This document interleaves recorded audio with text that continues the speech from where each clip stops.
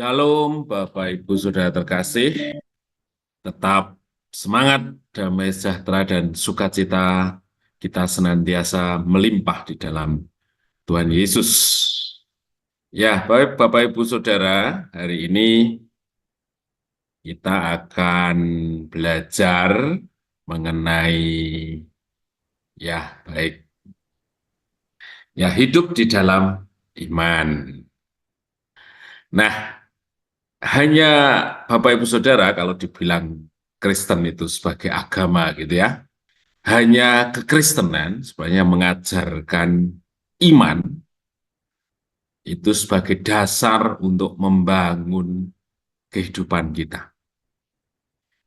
Jadi kalau kita bicara yang lain, mungkin saudara-saudara kita yang lain itu bisa juga berkilah ke hal yang sama. Tetapi ketika kita ngomong mengenai iman, ya, kekristenan adalah salah satunya yang berbeda. Ya. Nah, iman dalam tata bangunan kehidupan Kristen itu harus sebagai landasan dalam seluruh aspek orang percaya menjalani kehidupan. Di Ibrani 11 ayat 6. Tetapi tanpa iman, tidak mungkin orang berkenan kepada Allah.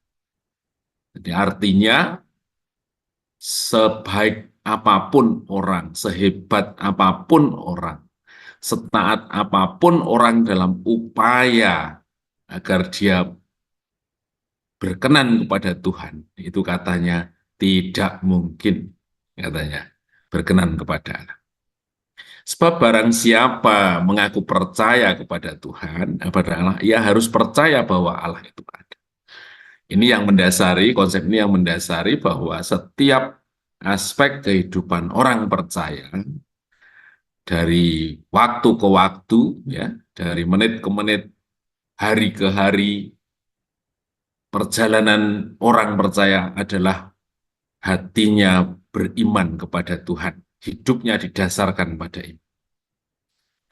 Mengenai karya keselamatan, ya, di 2 Timotius 1 ayat 9, dialah yang menyelamatkan kita, dan memanggil kita dengan panggilan kudus, bukan berdasarkan perbuatan kita.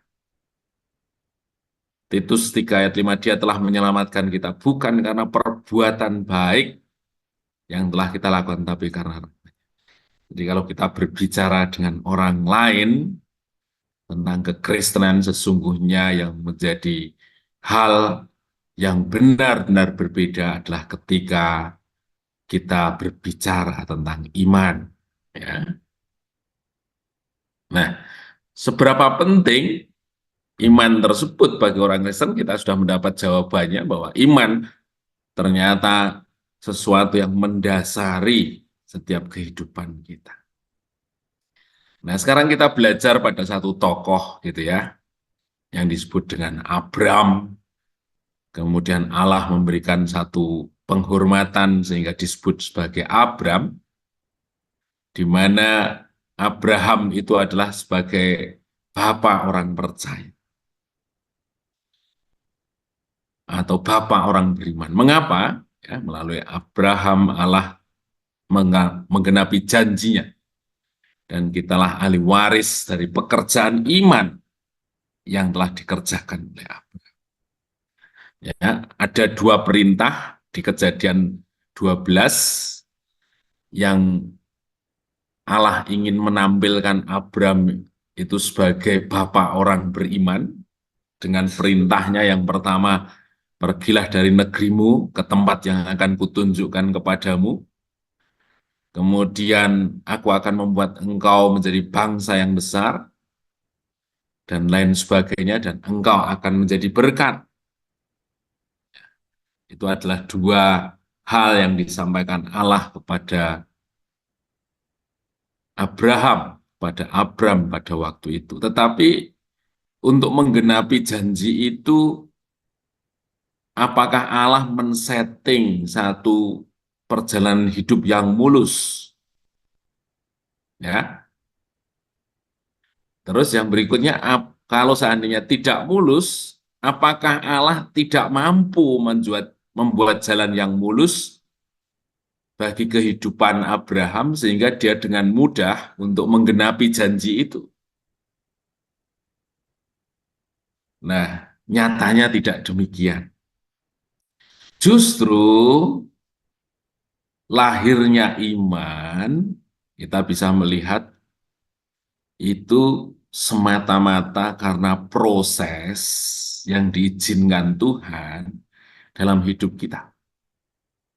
Bisa dikatakan bahwa iman itu proporsional, sebanding dengan satu perjalanan pasang surut kehidupan yang Allah izinkan. Rintangan, kesukaran, kesulitan yang Tuhan izinkan, dan itulah yang membentuk iman. Dan itulah yang membuktikan orang percaya memiliki iman. Dan itulah yang membuktikan bahwa kekristenan mengajarkan satu proses untuk membangun iman. Ya. Kita lihat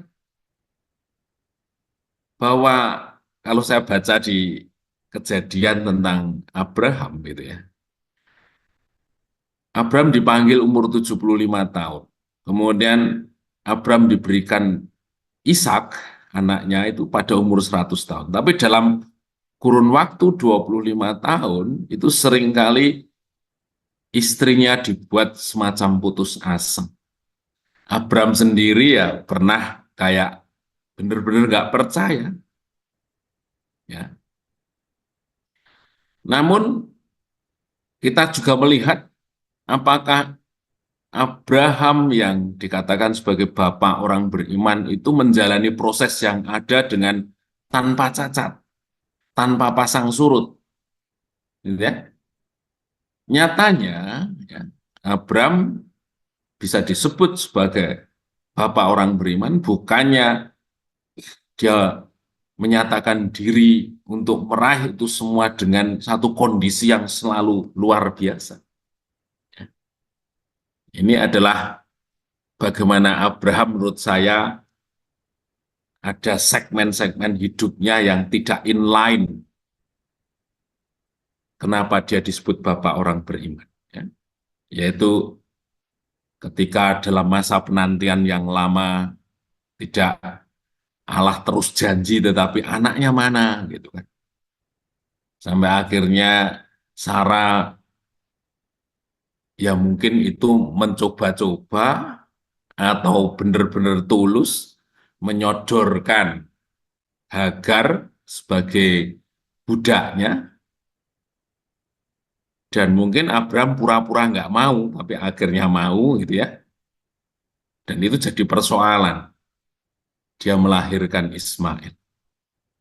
Itu menunjukkan bahwa Abraham sendiri pernah mengalami pasang surut. Kemudian ketika Sarai mengandung, Hagar merasa Sarai mulai tidak menghormati dia, ya, maka Sarai mendesak Abraham untuk menindas Hagar, kata. Dan itu katanya itu dalam kuasamu. Apakah itu tindakan orang beriman? Dia berani melakukan sesuatu, pada akhirnya dia bertindak kejam terhadap Hagar begitu. Dua kali Abraham mengingkari Sarah sebagai istrinya di hadapan Firaun dan Abimelek. Ternyata sekalipun dalam Alkitab menetapkan Abraham sebagai bapak orang beriman, tapi ternyata proses yang dia lewati, dia mengalami pasang surut yang menurut saya penting sekali, atau apa namanya, yang tidak inline, tidak sebanding dengan perkataan Abraham sebagai bapak orang beriman. Artinya apa? Kita dikatakan sebagai orang percaya. Kita sudah dikaruniakan anugerah rahmat dan anugerah iman, ya, kepada Tuhan Yesus Kristus. Wajar memang ketika prosesnya itu kita melewati pasang surut. Tetapi di sini ditunjukkan bahwa pada perjalanannya Abraham terus memperjuangkan kesetiaannya untuk tetap semakin sungguh-sungguh mengasihi Tuhan. Klimaknya adalah ketika Abraham menanti 25 tahun bagi seorang anak perjanjian, tetapi Allah meminta untuk mengorbankan Ishak, dia pun tetap mengikuti perintah itu dengan tidak bercacat.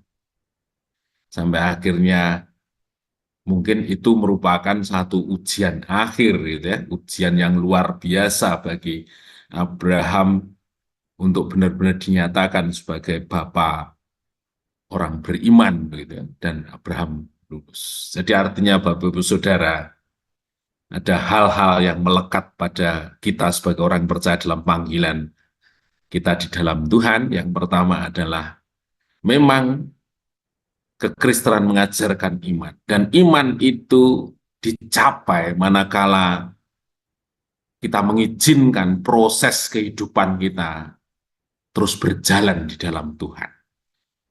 Yang kedua adalah bukan sejauh mana kita selalu sukses mencapainya, tetapi Allah mau dalam proses itu kita tetap taat, kita tetap berjuang, kita tetap mengusahakan terus.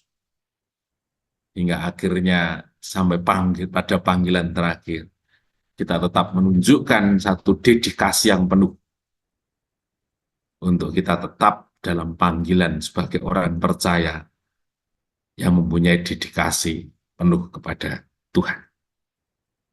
Selamat berjuang untuk terus membuktikan bahwa kita tetap hidup di dalam iman. Terpujilah nama Tuhan, mari kita berdoa.